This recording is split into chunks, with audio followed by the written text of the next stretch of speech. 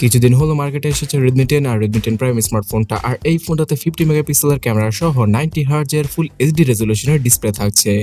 So এখন question হচ্ছে গিয়ে বর্তমানে 15 থেকে 17,000 টাকায় Poco M2 স্মার্টফোনটা পাওয়া যায় অথবা Poco M2 রিলোডেড। সেই ফোনটাকে কি Redmi 10 Prime স্মার্টফোনটা বিট করতে পারবে? আর আপনাদের কি Redmi 10 স্মার্টফোনটার জন্য ওয়েট করা উচিত হবে? সো পুরো ভিডিওটা দেখলে আপনি আপনার অ্যান্সারটা পেয়ে যাবেন। এই দুটো স্মার্টফোনের বক্স কন্টেন্ট অনেকটাই সিমিলার, তবে Redmi 10 স্মার্টফোনটাতে আপনারা বক্সের মধ্যে 22.5 ওয়াটের চার্জিং ব্রিকটা পেয়ে যাবেন। অন্যদিকে Poco M2 স্মার্টফোনটা 18 ওয়াটের চার্জিং স্পিডটাই সমর্থন করে এবং বক্সের মধ্যেও 18 ওয়াটের চার্জিং ব্রিকটা রয়েছে।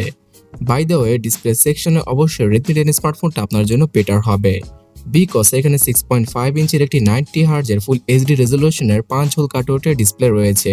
যদিও কিনা এটা এলসিডি প্যানেল, তারপরও কালার কন্ট্রাস্ট আর ভিউইং অ্যাঙ্গেলের দিক দিয়ে Poco M2 স্মার্টফোন থেকে Redmi 10 স্মার্টফোনের ডিসপ্লেটা অনেকটাই অ্যাডভান্স। অন্যদিকে Poco M2 স্মার্টফোনে নচযুক্ত 6.53 ইঞ্চির একটি ফুল এইচডি রেজোলিউশনের ডিসপ্লে আছে, যেখানে কিনা 60 হার্জের স্ট্যান্ডার্ড রিফ্রেশ রেট পেয়ে যাবেন আপনারা।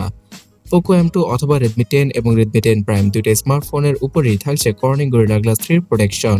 আর হ্যাঁ, আরো একটা কথা বলে রাখছি, Redmi 10 স্মার্টফোনটার ডিসপ্লেতে 180 হার্জের টাচ স্যাম্পলিং রেটটাও রয়েছে, যেটা কিনা আপনাদের গেমিং এর পাশাপাশি রেগুলার লাইফে অনেকটাই হেল্প করবে স্মার্টফোনটার ডিসপ্লেকে টাচ করার ক্ষেত্রে। সফটওয়্যার সেকশনে Redmi 10 স্মার্টফোনটা out of the box Android 11 এবং MIUI 12.5 এর সাথেই আসে। আর এই ফোনটার সফটওয়্যার অনেকটাই বাগ ফ্রি, তাছাড়া আগামী 2 বছরের সফটওয়্যার আপডেট তো পাওয়াই যাবে। অন্যদিকে Poco M2 স্মার্টফোনটা Android 10 এর সাথে আসতো আর এখানে MIUI 12 ছিল, তবে বর্তমানে এই ফোনটাতেও Android 11 এর পাশাপাশি MIUI 12.5 এর আপডেটটা চলে এসেছে।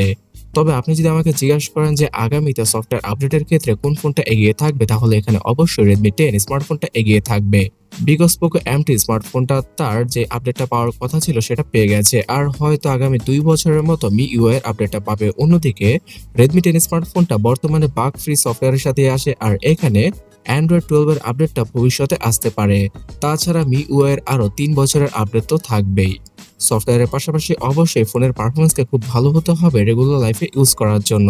তো এই কথা মাথায় রেখে Redmi 10 স্মার্টফোনটাতে নতুন মিডিয়াটেকের Helio G88 প্রসেসরটা রয়েছে, যেটা কিনা 12 ন্যানোমিটার আর্কিটেকচারে তৈরি করা একটি অক্টা-কোর প্রসেসর আর এখানে মালের G52 MC2 জিপিইউটা থাকছে।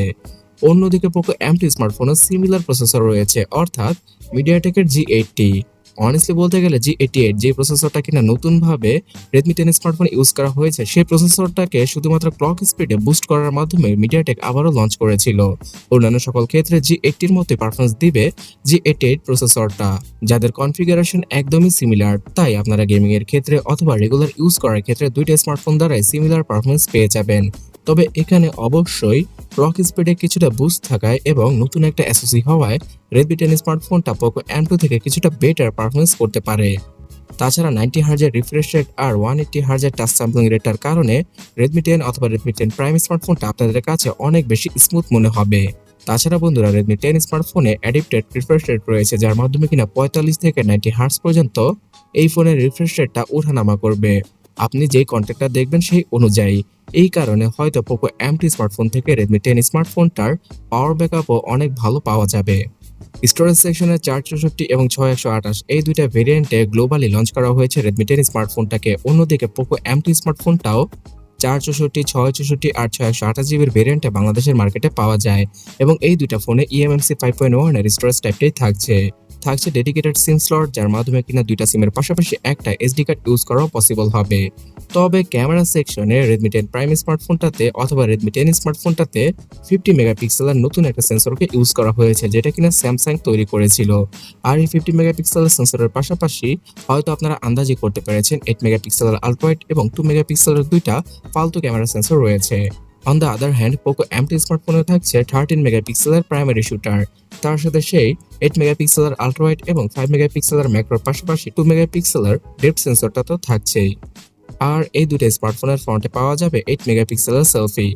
অনেস্টলি বলতে গেলে রেডমি 10 স্মার্টফোনের ব্যাক ক্যামেরা পোকো M2 থেকে খুব ভালো ছবিগুলো ক্যাপচার করতে সক্ষম এবং পোকো M2 স্মার্টফোনের তুলনায় অনেক ব্রাইট আর শার্প এজের ছবিগুলো পাওয়া যাবে রেডমি 10 অথবা রেডমি 10 প্রাইম স্মার্টফোন থেকে। দুটো স্মার্টফোনে মিডিয়াটেকের G80 আর G88 প্রসেসরটা থাকার কারণে শুধুমাত্র 1080p রেজোলিউশনের 30fps এর ভিডিওগুলো শুট করা পসিবল ফ্রন্ট আর ব্যাক ক্যামেরা দ্বারা।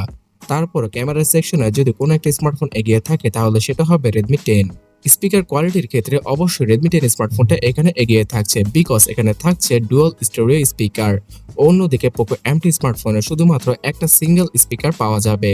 3.5mm হেডফোন জ্যাক দুইটা স্মার্টফোনে রয়েছে। তাছাড়া ওয়াইফাই, ব্লুটুথ 5.1 এবং আয়ার ব্লাস্টার সেন্সর সহ FM রেডিওর সাপোর্ট পাওয়া যাবে এই দুটো স্মার্টফোনের মধ্যেই। তবে ভিউয়ার্স, রেডমি 10 স্মার্টফোনে 5000 mAh এর ব্যাটারি থাকলেও রেডমি 10 প্রাইম স্মার্টফোনটা যেটা ইন্ডিয়াতে লঞ্চ করা হয়েছিল সেখানে 6000 mAh এর হিউজ ব্যাটারি থাকছে, যার কারণে কিনা যদি আপনি প্রাইম স্মার্টফোনটা পারচেস করেন তাহলে অবশ্যই আপনার জন্য ভালো হবে। অন্যদিকে পোকো M2 স্মার্টফোনে সেই 5000 mAh এর ব্যাটারিটা থাকছে আর এই ফোনটাও 18 ওয়াটের চার্জিং স্পিডটা সমর্থন করে। তাছাড়া পোকো M2 আর রেডমি 10 দুইটা স্মার্টফোন দ্বারাই রিভার্সলি অন্য কোনো স্মার্টফোনকে চার্জ করা পসিবল হবে, যদিও কিনা রেডমি 10 স্মার্টফোনটা খুব দ্রুত অন্য কোনো ডিভাইসকে চার্জ করতে পারবে। ডিজাইনের কথা বলতে গেলে এটা আপনাদের ব্যক্তিগত চয়েস, তবে আমার মনে হয় যে আপনাদের সকলেরই রেডমি 10 অথবা রেডমি 10 প্রাইম স্মার্টফোনটার ডিজাইন সবচেয়ে বেশি ভালো লেগেছে। আমার কাছেও রেডমি 10 স্মার্টফোনটার ডিজাইন খুব ভালো লেগেছে। সো বন্ধুরা, এট দ্য এন্ড হয়তো আপনারা বুঝতে পেরেছেন যে ডিসপ্লে, ব্যাটারি, পারফরমেন্স এবং অন্যান্য সকল ক্ষেত্রে রেডমি 10 স্মার্টফোনটা পোকো M2 থেকে কিছুটা হলেও এগিয়ে আছে। আর এই মাসের শেষ দিকে অর্থাৎ সেপ্টেম্বর মাসের শেষ দিকে রেডমি 10 স্মার্টফোনটা বাংলাদেশে অফিসিয়াল ভাবে চলে আসবে। তাই আপনার বাজেট যদি 20,000 টাকার নিচে হয়ে থাকে তাহলে আর কিছুদিন ওয়েট করুন। রেডমি 10 স্মার্টফোনটা আসলে সেই ফোনটা আপনারা চোখ বুজে কিনতে পারবেন। তবে আপনি যদি জানতে চান যে বর্তমানে 20,000 টাকার আশেপাশে কোন স্মার্টফোনগুলো আপনার জন্য ভালো হবে তাহলে এই ডান পাশের ভিডিওটাতে ক্লিক করুন অথবা কমেন্ট সেকশনটা চেক করুন এবং এরকম ভিডিওগুলো রেগুলার পেতে হলে অবশ্যই এই চ্যানেলটাকে সাবস্ক্রাইব করে রাখবেন।